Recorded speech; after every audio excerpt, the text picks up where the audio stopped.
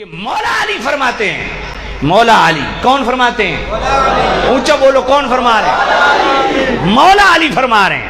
آج لوگ عجیب بات ہے سینے پہ تھپ مار کے کہتے ہیں ہم مولائی ہیں اور مولا علی کی بات مانتے نہیں ہو۔ سچے مولائی یہ بیٹھے ہیں جناب،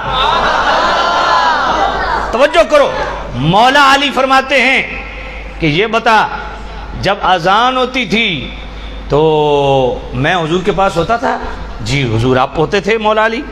تو کیا جب میں پاس ہوتا تھا حضور آقا کریم صاحب اللہ علیہ وسلم وہ جب آخری اس جذبی کیفیت میں تھے اور آقا کریم صلی اللہ علیہ وسلم کے وصال سے وہ چند روز متصل جس خاص کیفیت میں تھے تو اذان ہوتی تھی، میں پاس موجود ہوتا تھا، تو جب اذان ہوتی تھی تو نبی پاک یہ کیوں فرماتے مرو ابا بکر فلیصلی بالناس، ابو بکر کو کہو نماز پڑھے؟ میں علی پاس ہوتا تھا، مجھے کیوں نہیں کہتے تھے؟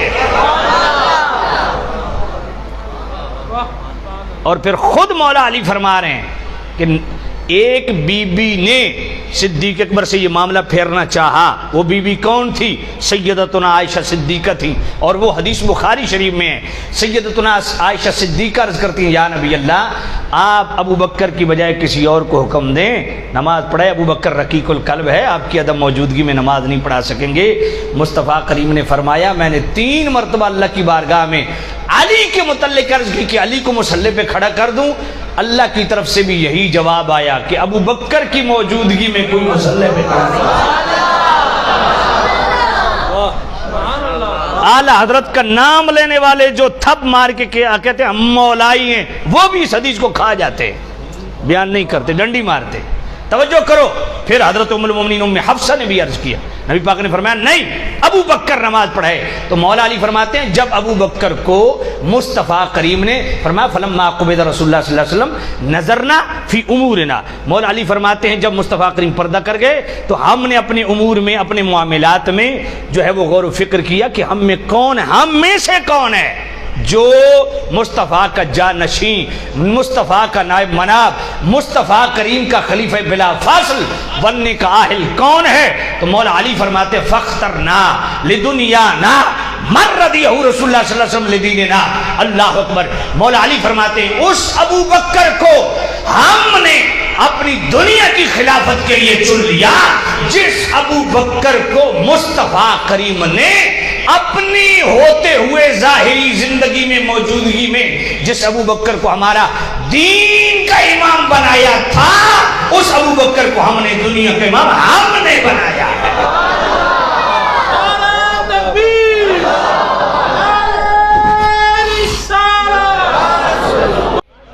توجہ فرماؤ۔ تو میں کیا عرض کر رہا تھا؟ آیا سبحان اللہ۔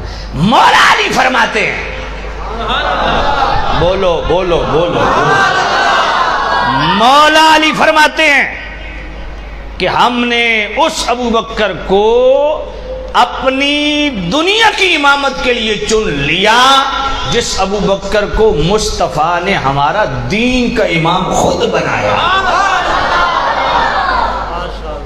فکانت الصلاۃ عظیم الاسلام وقوام الدین، فرمایا تم کیا سمجھتے ہو نماز کیا ہے؟ نماز کی امامت کے لیے حضور نے اگر صدیق اکبر کو آگے کھڑا تو نماز کیا ہے؟ فرمایا نماز دین کی بزرگی اور دین کی عظمت کا نام ہے اور دین کے حیا اور قیام کا نام ہے نماز۔ آگے صدیق اللہ مولا علی کیا فرماتے؟ فبایعنا ابا بکر، ہم نے ابو بکر کے ہاتھ پہ بیعت کی۔ فکان لذالک اہلا، اور وہ اس کے اہل بھی تھے۔ مولائیو کچھ غیرت کی گھٹی لو، کچھ تھوڑی سی غیرت کرو اور مولا علی کے اس فرمان کو ہضم کرو۔ تو جو مولا علی نے اتنی ہیوی ڈوز دی ہے نا، آہا جی اللہ اللہ اللہ۔ کرونا کی ویکسین ڈھونڈی جا رہی ہے، پر جو ویکسین مولا علی نے دی ہے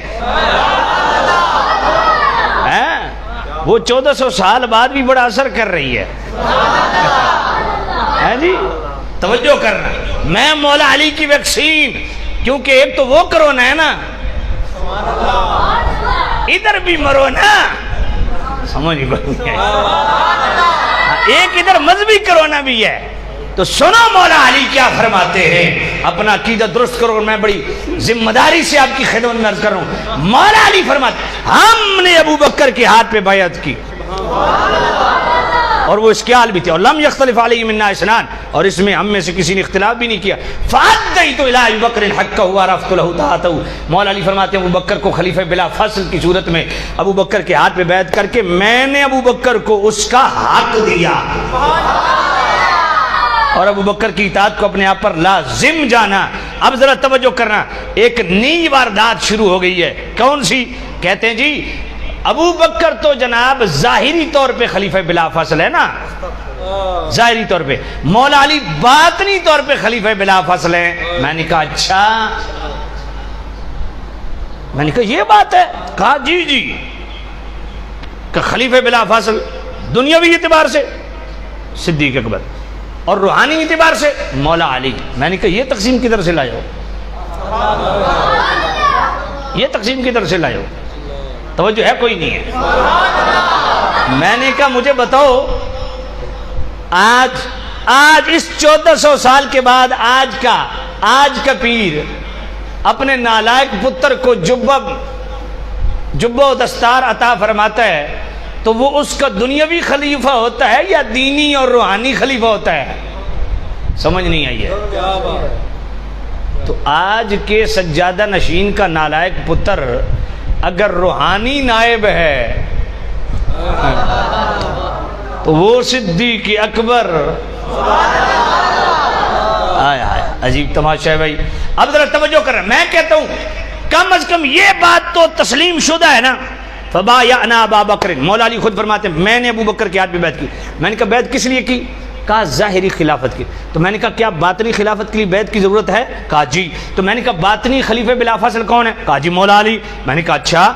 میں نے کہا پھر ہم نے تو دکھا دیا کہ ظاہری خلافت کے لیے مولا علی نے ابو بکر کے ہاتھ پہ بیعت کی, آپ دکھا دیں کہ باطنی خلافت کے لیے ابو بکر نے مولا علی کی بیعت کی ہو.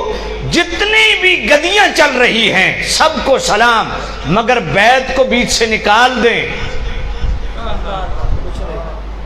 بیعت کو نکال دیں تو بیعت بچتا ہے, پیچھے لکڑیاں بچ دیا اور کیا شے بچ دی ہے. تو سامعین عزیز شام اسی بیعت پہ سارے آستانے کھڑے ہیں, بیعت پہ ہی ساری خانقاہیں کھڑی ہیں. تو بیعت نکال دو تو کہاں یہ خانقاہیں رہتی ہیں, کہاں یہ جم گٹا رہتا ہے, یہ ہجوم مریدوں کا رہتا ہے. میں نے کہا بیعت پہلے, کہا جی.